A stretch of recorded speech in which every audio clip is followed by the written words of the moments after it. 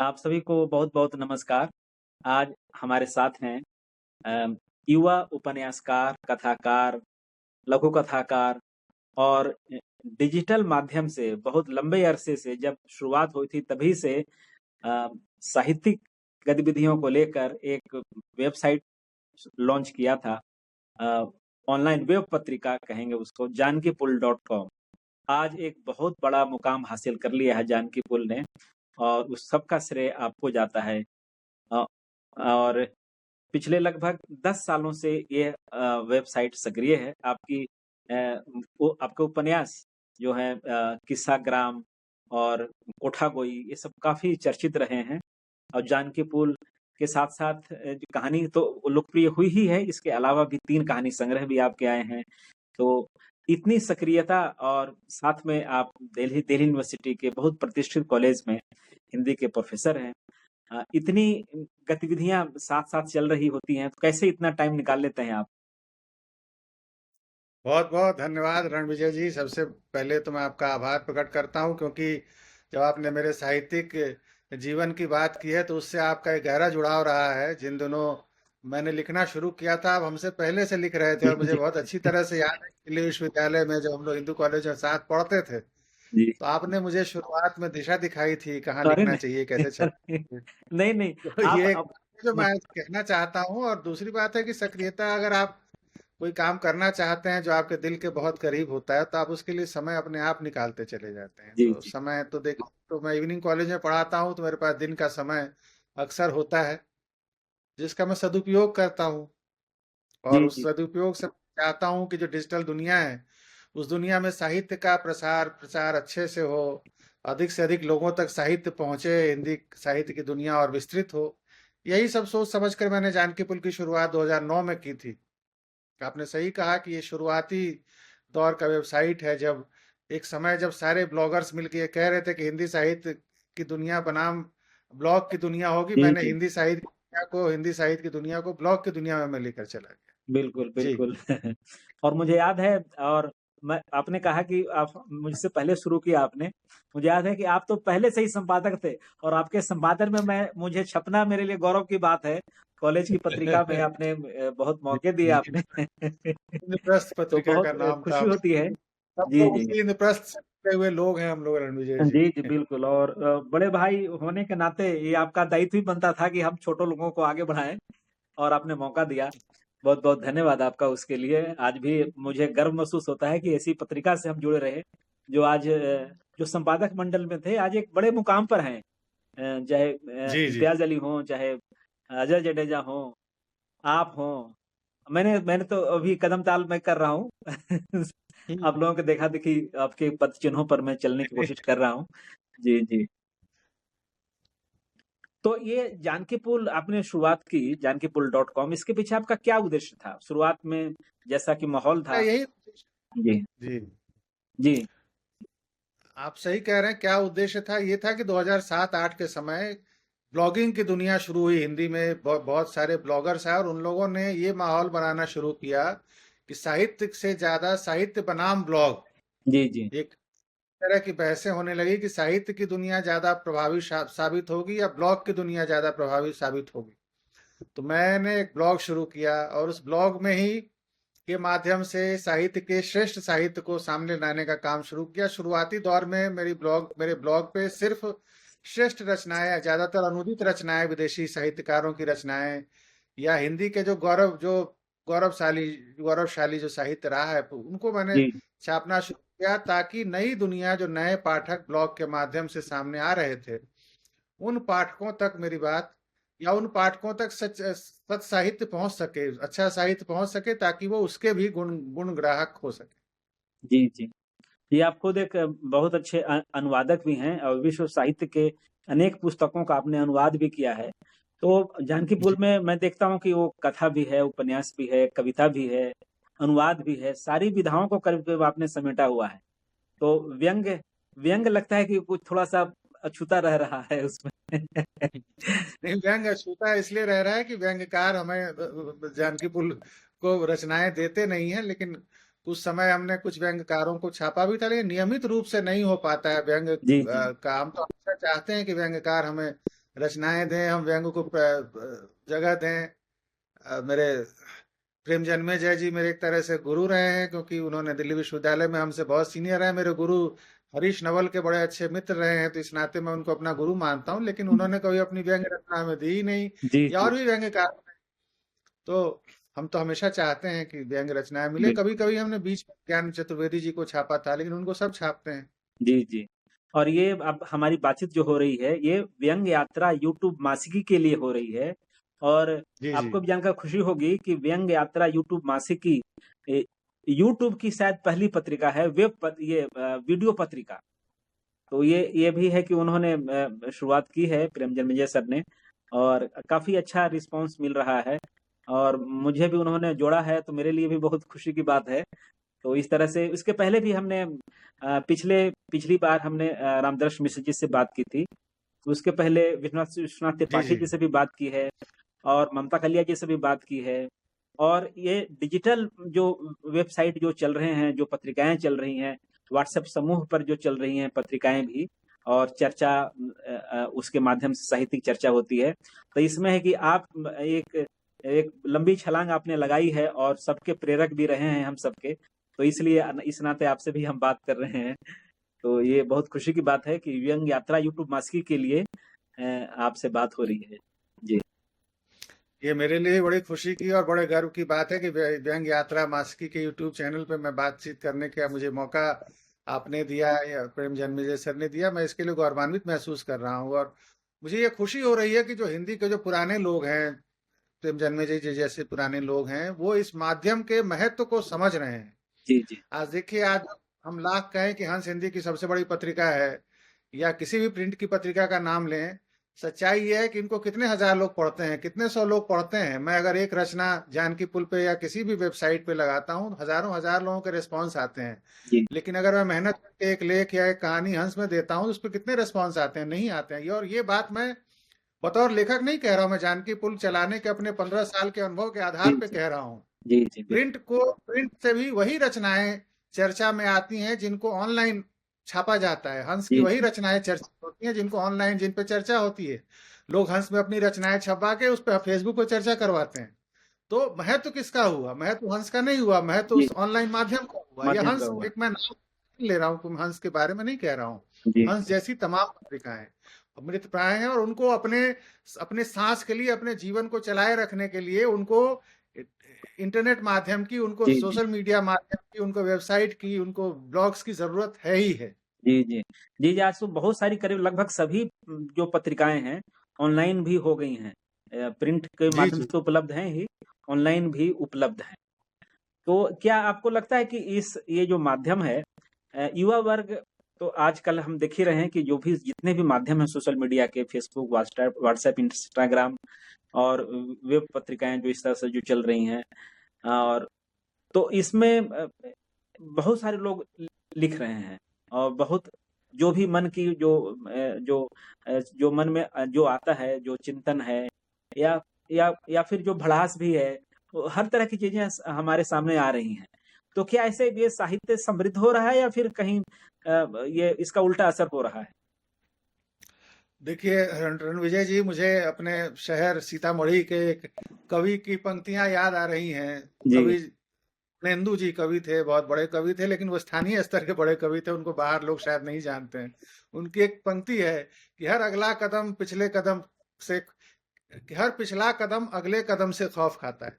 इस माध्यम ने नई पीढ़ी खड़ी की है, एक नया लेखन वर्ग आ रहा है, जिसका मूल्यांकन हम पुराने लोग इस तरह से करना चाहते हैं कि ये समृद्ध कर रहा है कि नहीं कर रहा है। लेकिन साहित्य की समृद्धि अलग बात है। ये भाषा एक मजबूत भाषा के रूप में उभर उभर कर अगर आई है सामने, तो इसमें बहुत बड़ा योगदान सोशल मीडिया और इंटरनेट के माध्यम से हिंदी के उपयोग को जाता है, कि आज एक जी हिंदी एक मजबूत भाषा के रूप में दुनिया की तीसरी बड़ी भाषा के रूप में स्थापित होने लगी है। आप खुद अच्छे अनुवादक हैं, आप जानते हैं, आप तो शीर्ष पे बैठे हुए जगह पे काम कर रहे हैं, तो आप इस महत्व को समझ रहे हैं कि पिछले 10 सालों में, 8-10 सालों में हिंदी जिस तरह से स्थापित हुई है, जिस तरह से मजबूती की भाषा बनी है। हम जी लोग जब पढ़ते थे, हिंदी मजबूरी की भाषा थी कि हम कुछ और नहीं पढ़ पाते थे, इसलिए हिंदी जी पढ़ते थे। सच कह रहे हैं, मुझे कोई गुरेज नहीं है। लेकिन जी आज जी अच्छे तो आज हिंदी के जितने नए लेखक हैं, आप उनको उनकी पृष्ठभूमि उठाकर देखिए, वो कोई इंजीनियर है, कोई डॉक्टर है, कोई मैनेजमेंट पढ़ के आ रहा है, कोई फिल्म अभिनेता है।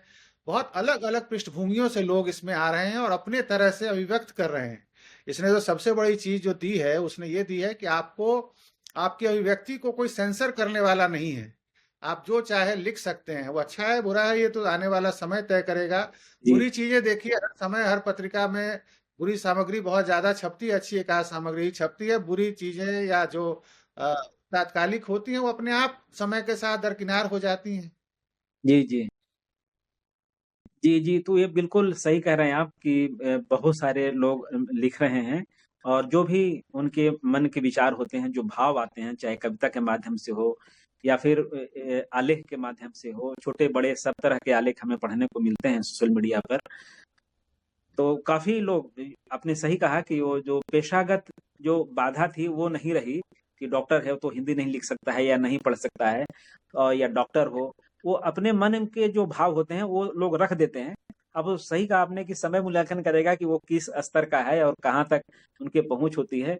लेकिन ये भी बात है कि जो अच्छी रचनाएं होती हैं वो छन कर तो रहती ही हैं और कालजयी होती हैं, चाहे सोशल मीडिया जी के जी। माध्यम से हो या फिर जो जी ये पत्रिकाएं हों, जो प्रिंट की पत्रिकाएं हों, मुद्रित पत्रिकाएं हैं, उनका भी असर अपना अलग जगह। सब सब रचनाएं कालजयी नहीं होती हैं, कुछ कुछ रचनाएं ही बिल्कुल होती हैं जो अपने अपना असर छोड़ जाती हैं और सदियों तक उनका असर बना रहता है। तो बिल्कुल। इस दौर में आपको काफी लंबा अरसा हुआ, तो कई तरह की चुनौतियों का भी सामना करना पड़ा होगा। किस तरह की चुनौतियां आखिर आती हैं? उससे बड़ी चुनौती यही आती है कि मैंने लोकप्रिय साहित्य को बहुत महत्व दिया। मैंने इस बात को ज्यादा महत्व दिया कि हिंदी का जो लोकप्रिय साहित्य है, असल में वही साहित्य लोगों को हिंदी से जोड़ने का काम कर रहा है। जी इस जी समय आप देखिए, सच्चाई है जिस सच्चाई से हम आंख नहीं चुरा सकते, कि हिंदी का जो हिंदी हिंदी क्षेत्र में, हिंदी पट्टी में जो नया पढ़ने वाला जो बच्चा पढ़ना शुरू करता है, तो जो भी थोड़े बहुत साधन संपन्न लोग होते हैं, अपने बच्चों को सबसे पहले हिंदी माध्यम से हटाते हैं, हिंदी माध्यम से पढ़ना उनका बंद करवाते हैं। हम लोग हिंदी माध्यम के स्कूलों से पढ़कर आए, इसलिए हमारी हिंदी ज्यादा मजबूत थी। लेकिन इस समय एक पूरी पीढ़ी तैयार हुई है जिसने हिंदी माध्यम से पढ़ाई ही नहीं की है, लेकिन उनको हिंदी से जोड़े रखना है, क्योंकि वो बिल्कुल। हिंदी पट्टी के लोग हैं, ऐसे परिवारों के लोग हैं जिनको, जहाँ हिंदी बोली जाती है, जहाँ आपसी बोलचाल की भाषा, आपसी संवाद की भाषा हिंदी है। तो जी ऐसे लोगों को जोड़ने के लिए, बजाय आप उसमें आप मूल्यांकन की डंडी लगाएं, उसका मूल्य श्रेष्ठता और कमतर होने का मूल्यांकन करें, उससे बेहतर यह है कि हम पहले स्थान दें। क्योंकि जब तक हम इसके विस्तार की तरफ नहीं जाएंगे, तो ये बहुत बड़ी चुनौती थी कि लोग मुझे लगातार कहते रहे कि आप एक गंभीर लेखक होते हुए आपने लोकप्रिय लेखन को इतना महत्व क्यों दिया, आपने सुरेंद्र मोहन पाठक जैसे लेखकों को इतना महत्व दिया जो लुगदी साहित्य लिखता है, या सत्य व्यास, देव प्रकाश दुबे, जो नई पीढ़ी के ये जी जी लोकप्रिय लेखक हैं, उनको आप महत्व क्यों देते हैं। लेकिन मुझे लगता है कि यही यही लोग हिंदी को बचाएंगे। हम अच्छा ज्ञान, हम अच्छा साहित्य लिखते रहें, लेकिन अगर उसका पाठक वर्ग विस्तृत नहीं होगा, अगर वो बड़े पैमाने पर पाठकों तक नहीं जाएगा,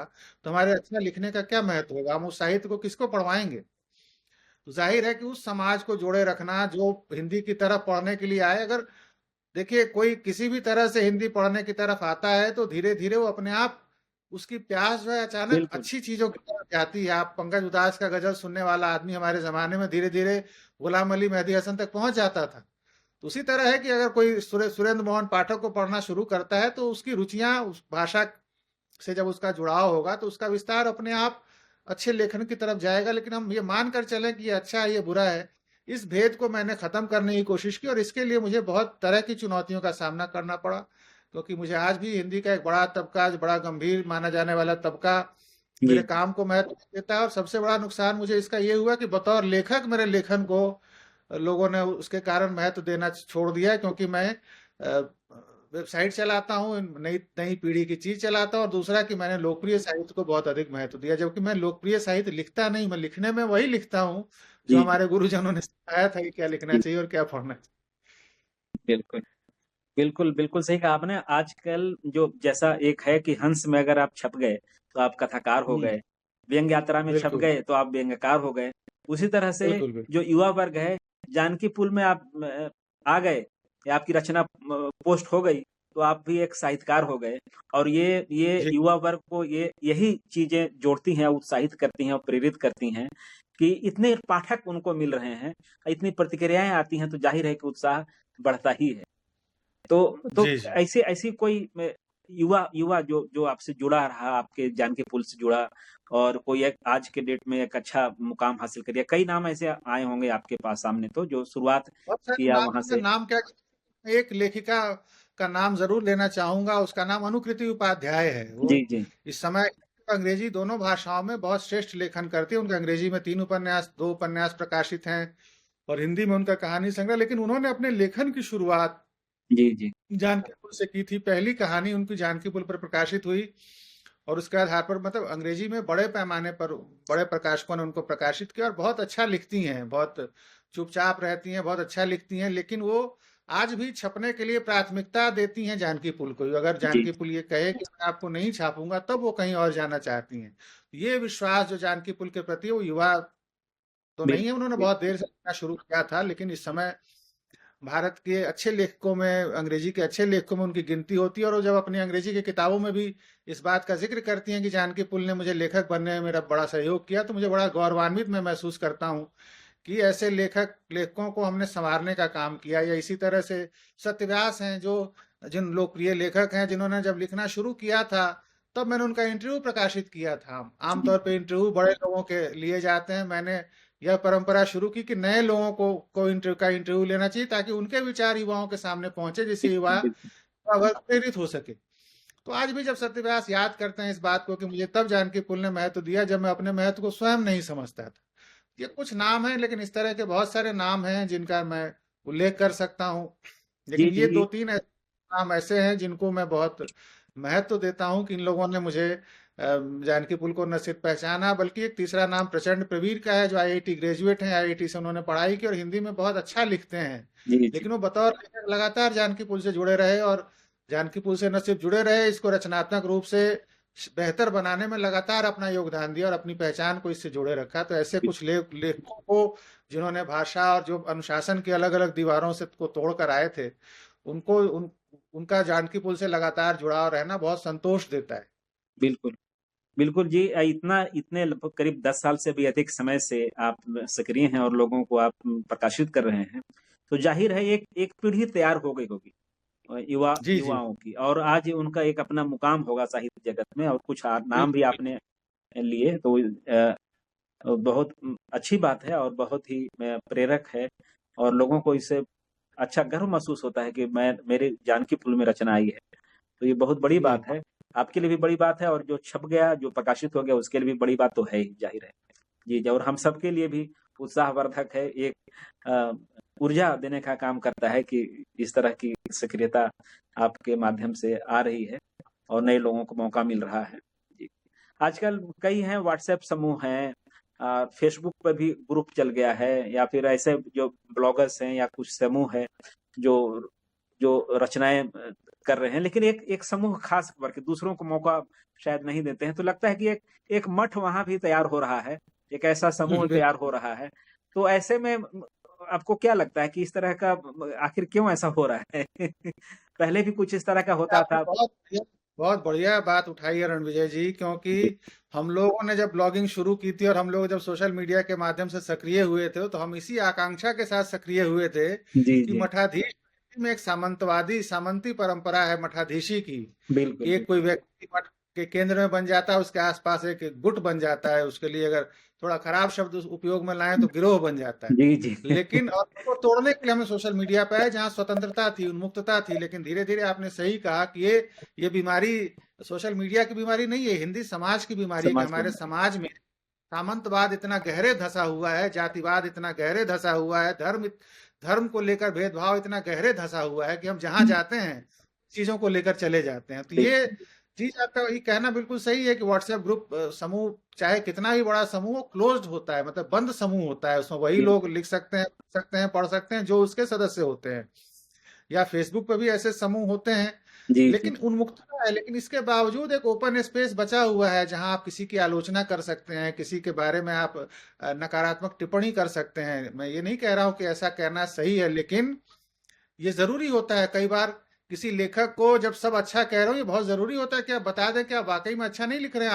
आपकी नेटवर्किंग हो सकता है अच्छी हो, बिल्कुल आपने बिल्कुल। आसपास अच्छा गुट तैयार किया, उस लोग आपको अच्छा अच्छा कह रहे हैं, तो कई बार आप उसको बता सकते हैं कि बेहतरीन नहीं लिख रहे हो आप। तो ये जो स्पेस है, ये जो जगह है, ये तो सोशल मीडिया में बनी हुई है। जी अब जी ये आपके ऊपर या हमारे ऊपर निर्भर करता है कि हम आलोचनात्मक होकर रहें या हम उस समाज का हिस्सा हो जाएं जो सामंती होने पर ही आपको स्वीकार करता है। जी जी बिल्कुल। जहाँ सारे इनाम इकराम पहचान, ये सारी चीजें आखिरकार उन्हीं सामंती संस्थाओं द्वारा दी जाती है, जो जिनमें आप जब तक स्वीकृत नहीं होते हैं आपको कुछ नहीं मिलता है। जी आप अगर युवा लेखक हैं, आपको रजा फाउंडेशन ने पुरस्कार नहीं दिया, रजा फाउंडेशन ने अपने कार्यक्रमों में नहीं बुलाया, जी तो आपको लगता है कि आप युवा लेखक नहीं है। तो ये हमारे अंदर की कमजोरी है कि हम बड़ी उस संस्थाओं को बड़ा मानते हैं। हम ये जी मानते हैं कि जानकी पुल एक व्यक्ति चलाता है, वो एक संस्था नहीं है। लेकिन हम ये मानते हैं कि साहित्य तक बहुत बड़ी संस्था है, क्योंकि वो आज तक की संस्था है। जबकि वाकई वस्तु स्थिति ये है कि साहित्य तक को पढ़ने देखने वाले ये तो सारे आंकड़े यूट्यूब खुलेआम उपलब्ध हैं। आप देखिए उसको, कितने लोग पढ़ते हैं, बहुत कम लोग पढ़ते हैं। उससे ज्यादा लोग समालोचन पढ़ते हैं, जी जी उससे ज्यादा लोग हिंदी पढ़ते हैं, उससे ज्यादा लोग जानकी पुल पढ़ते हैं। लेकिन हमें ये हमारे अंदर हमारा स्वभाव है। हमें लगता है कि ये बड़ी संस्था द्वारा चलाया जाने वाला बिल्कुल यूट्यूब चैनल है या वेबसाइट है, तो वो बड़ा होगा। ये स्वभाव है। हम कभी भी स्वतंत्र जो स्वतंत्र संस्थाएं होती हैं, स्वतंत्र रूप से जो काम करने वाले लोग होते हैं, सत्ताहीन लोग होते हैं मेरी तरह जी के, जी जी ऐसे जी लोगों को लोग महत्व नहीं देते, इसके बावजूद कि उनका काम बड़ा होता है। बिल्कुल बिल्कुल। तो ये इस तरह की जो सक्रियता के कारण आपका लेखन, क्योंकि जाहिर है कि ज्यादा समय देना पड़ता है और कई लोगों की प्रतिक्रियाएं भी आती हैं, उनका उत्तर भी देना पड़ता होगा, अच्छा खासा समय लगता होगा। इससे आपका जी, आपका खुद का लेखन कहीं पर प्रभावित तो नहीं हुआ? बिल्कुल लेखन प्रभावित होता है। मैं बहुत ज्यादा नहीं लिख पाता हूँ, लेकिन रणविजय जी, अगर मैं ये सब नहीं भी करता तो भी शायद मैं बहुत ज्यादा नहीं लिख पाता, क्योंकि मेरे स्वभाव में ही बहुत लिखना नहीं है। जी जी मैं कई सालों से किताब लिखता हूँ, बहुत अनियमित रूप से कहानियां लिखता हूँ, बहुत अनियमित रूप से कुछ भी लिखता हूँ। तो ये मेरे इस सक्रियता के बिना भी ये होता तो भी मैं इतना ही लिखता, मैं इससे ज्यादा शायद नहीं लिखता। दूसरी बात ये है कि मुझे ये बात हमेशा से लगती है कि अगर मैं लिखता रहूं और अगर पाठक वर्ग ही ना तैयार हो पाए हिंदी का, तो मुझे पढ़ेगा जी कौन। जी बिल्कुल बिल्कुल। अच्छा है कि मैं एक अच्छा पाठक वर्ग तैयार करता रहूं, जो मुझे ही क्या मेरे जैसे तमाम लोगों को पढ़ता रहे। तो मैं लिखता हूँ समय समय पे। 2-3 साल में मेरी किताब आ ही जाती है। लेकिन पिछले साल मेरा उपन्यास किस्साग्राम आया, इस साल फिर एक किताब आ रही है। तो साल में अगर एक किताब आप लिख पा रहे हैं या 2 साल में, तो मुझे लगता है इतना काफी है। बहुत जी ज्यादा जी लिखने से अच्छा है कि आप ऐसा लिखें जिससे कुछ हलचल हो, कुछ जी जी हस्तक्षेप महसूस हो। बिल्कुल जी, बिल्कुल बिल्कुल। बिल्कुल, आपने बिल्कुल पिछले सवाल के जवाब में भी और अभी भी आपने बिल्कुल सही कहा कि सबसे बड़ी जो हिंदी का जो लेखक है, उनका सबसे बड़ा जो काम आज के दुनिया में है, आज के समय में है, डिजिटल भारत के युग में, कि भाषा और लिपि को बचाए रखना। भाषा जी, बचेगी जी, तब साहित्य भी बचेगा, साहित्य बचेगा तो लेखक भी बचेगा। तो ये बहुत ही बिल्कुल सही है और इस दिशा में आप इतने लंबे सक्रिय हैं। हिंदी को बचाने का आप मूल रूप से आप काम कर रहे हैं, साहित्य को बचाने का आप काम कर रहे हैं। जी, आपको लगता है कि डिजिटल इंडिया के जो दौर है, जो सोशल मीडिया का दौर है, इससे जुड़े बिना रहा जा सकता है आज के दौर में? असंभव है। मैं तो कहूंगा असंभव है। जी, आप ये बात शुरू में ये बातचीत में मैंने कहा था कि आज वही पत्रिकाएं बची हुई भी हैं प्रिंट की, जो सोशल मीडिया पर जिनकी उपस्थिति अच्छी है। जैसे हंस की उपस्थिति इसलिए अच्छी है कि हंस प्रिंट के अलावा पीडीएफ भी बेचता है, और जी, जी, सोशल मीडिया पर फेसबुक के माध्यम से उसकी मौजूदगी बहुत मुखर उपस्थिति है। तो इसलिए वो पत्रिका एक बड़ी पत्रिका के रूप में बची हुई है। लेकिन कथा देश की ऐसी उपस्थिति नहीं हो पाई, या और भी पत्रिकाओं के तद्भव इसके बावजूद की बहुत अच्छी पत्रिका है, वो अपनी ऑनलाइन उपस्थिति नहीं होने के कारण एक सिमटी हुई पत्रिका बन के रह गई है। तो जी, जी, जो एक विराट और बड़ा पाठक वर्ग देता है सोशल मीडिया, और सोशल मीडिया के बारे में यह धारणा भी अब बदल लेनी चाहिए हम लोगों को कि यह सिर्फ युवाओं का माध्यम है। बड़े बुजुर्ग भी फोन के माध्यम से, बल्कि रिटायर्ड लोग जो होते हैं 60 साल के बाद वाले लोग, वो ज्यादा जुड़े रहते हैं साहित्य जी, से, जी, वो इसके जी, माध्यम से ज्यादा पढ़ते हैं। क्योंकि जो हिंदी की एक बहुत बड़ी समस्या थी, वो नेटवर्किंग की समस्या थी, कि कोई सीतामढ़ी में या कोई नालंदा में बैठकर क्या कर रहा है और कोई दिल्ली में बैठ के क्या कर रहा है, इसके बीच में कोई कनेक्ट नहीं था। हमें एक दूसरे के बारे में पता नहीं होता था। अब तो सबको सबके बारे में पता होता है। तो बिल्कुल। इस कनेक्टिविटी ने बहुत बड़ा काम किया है। मुझे लगता है कि बिना इससे जुड़े, बिना इसके माध्यम से, आप देखिए ना, हमारे बहुत सारे बड़े बड़े लेखक सिर्फ इसलिए दरकिनार हो जाते हैं, क्योंकि सोशल मीडिया पर उनकी उपस्थिति नहीं होती। ये बात जी जी बुरी भी है, ये बुरी इस सेंस में कि चंद्रकिशोर जायसवाल जैसा बड़ा लेखक इसलिए बहुत लंबे समय तक उपेक्षित रह जाता है क्योंकि सोशल मीडिया के दौर में उनकी उपस्थिति नहीं दिखती है। लेकिन सोशल मीडिया के माध्यम से उनके बारे में आवाजें उठने लगती हैं और उनको देखिए इफको जैसा बड़ा सम्मान मिलता है, बिल्कुल। अचानक से बहुत सारे युवा उनके पाठक हो जाते हैं। जी तो जी ये जी कहीं ना कहीं माध्यम की जो धमक है उससे इनकार नहीं किया जा सकता। और ये जी सब कहना बहुत विचार की बात मुझे लगती है कि इससे पढ़ना बहुत बाधित होता है। मैं तो उल्टा ये समझता हूँ कि इससे मैं बहुत ज्यादा पढ़ने लगा हूँ इसके कारण। जी जी बिल्कुल। आज की जो पीढ़ी है वो ऑनलाइन पीढ़ी है, वो सब कुछ ऑनलाइन जी जी वो देखना चाहती है। अब कोरोना ने हमें और और जोर दिया और ऑनलाइन होने का एक माध्यम दिया, और मजबूरी कहिए चाहे जो भी कहिए, लेकिन एक ब्लेसिंग इन डिस्गाइज के रूप में सामने आया बिल्कुल कि ये सारी चीजें हम बिल्कुल। ऑनलाइन उपलब्ध होने लगी। हम घर बैठे ही सब्जी खरीदने लगे, ग्रोसरी खरीदने लगे, किताबें खरीदने लगे, सब कुछ आ जाती हैं, और ऑनलाइन पढ़ने भी लगे।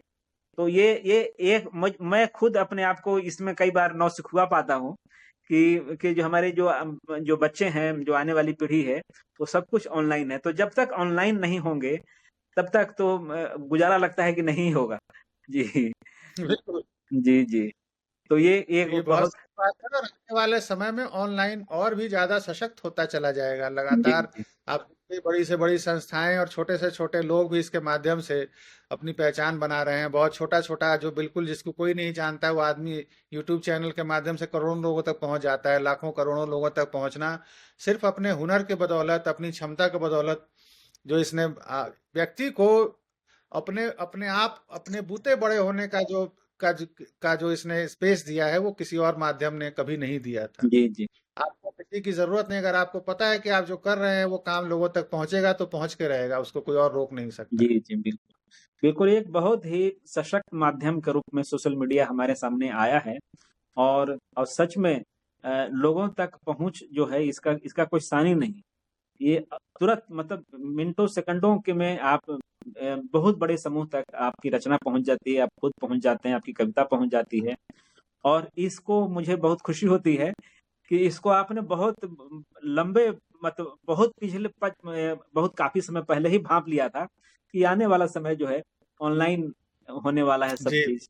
जी जी। तो आपकी ये ये दूरदर्शिता का मैं आपको परिचय। एक मजेदार मजेदार बात बताऊं रणविजय जी, कि जब मैंने शुरू किया था 2009-2010 में, तो मुझे जो बड़े लेखक, जिन लेखकों से मैं जुड़ा हुआ था, वो मुझे एक बात सब मुझे सलाह देते थे एक तरह से कि तुम तो अच्छा लिखते हो, जी तुम जी क्यों ब्लॉगिंग करने लगे। जैसे बिल्कुल। अच्छा लिखना और ब्लॉगिंग करना दोनों दो चीजें जी होती हैं। जी जी जी लगता था कि मैं अच्छे लेखन को ही ब्लॉगिंग पे लाना चाहता हूँ, तो सब हंसते थे। उनको लगता था कि जो ये क्या कर सकता है, ऐसा तो कुछ हो नहीं सकता है। जी जी तो जब तो किसी न किसी को रिस्क तो लेना था, वो खतरा तो, वो जोखिम तो मोल लेना बिल्कुल था, तो हम लोगों ने बिल्कुल। जोखिम लिया। नहीं नहीं, एक बहुत बड़ी पहल की आपने उस समय, और आज उसका परिणाम हम सबके सामने है, दिख रहा है। और और इसी तरह से व्यंग यात्रा यूट्यूब मासिकी की शुरुआत हुई है, और जिसका बहुत अच्छा रिस्पॉन्स आ रहा है। वो जो व्यंग यात्रा है उसकी जो कॉलम्स हैं, उसी तरह से ये वीडियो के माध्यम से वो कॉलम्स में संक्षेप में छोटे छोटे से वीडियोज में बिल्कुल। वो आ रहे हैं। अपने आप व्यंग यात्रा देखिए, अपने आप में व्यंग की एक बहुत बड़ी परंपरा है। इसने जी लगातार, जैसे समय में जब व्यंग की विधा को हाशिए पर धकेला जा रहा था, प्रेम जन्मेजय जी ने व्यंग यात्रा के माध्यम से उसको मजबूत बनाने का काम किया, सशक्त बनाने का काम किया, जी और बहुत सफलतापूर्वक किया। तो जिस माध्यम में जाएंगे, एक सब सफलता तो उनके साथ साथ चलेगी नहीं। बिल्कुल बिल्कुल। तो आपका बहुत बहुत धन्यवाद। आपने बहुत सारे विषयों पर आपसे बात हुई, और बहुत ही बेबाकी से आपने अपनी बात रखी, और आने वाला जो आने वाली जो पीढ़ी है उस तक आपकी बात निश्चित रूप से पहुंचेगी कि किस तरह से आपने शुरुआत की और कहाँ तक आप पहुंचे। तो हम सब के लिए एक ऊर्जा का काम करता है, एक प्रेरणा स्रोत है नई पीढ़ी के लिए, और हम सब के लिए भी। बहुत बहुत बधाई, बहुत बहुत धन्यवाद व्यंग्य यात्रा से जुड़ने के लिए। जी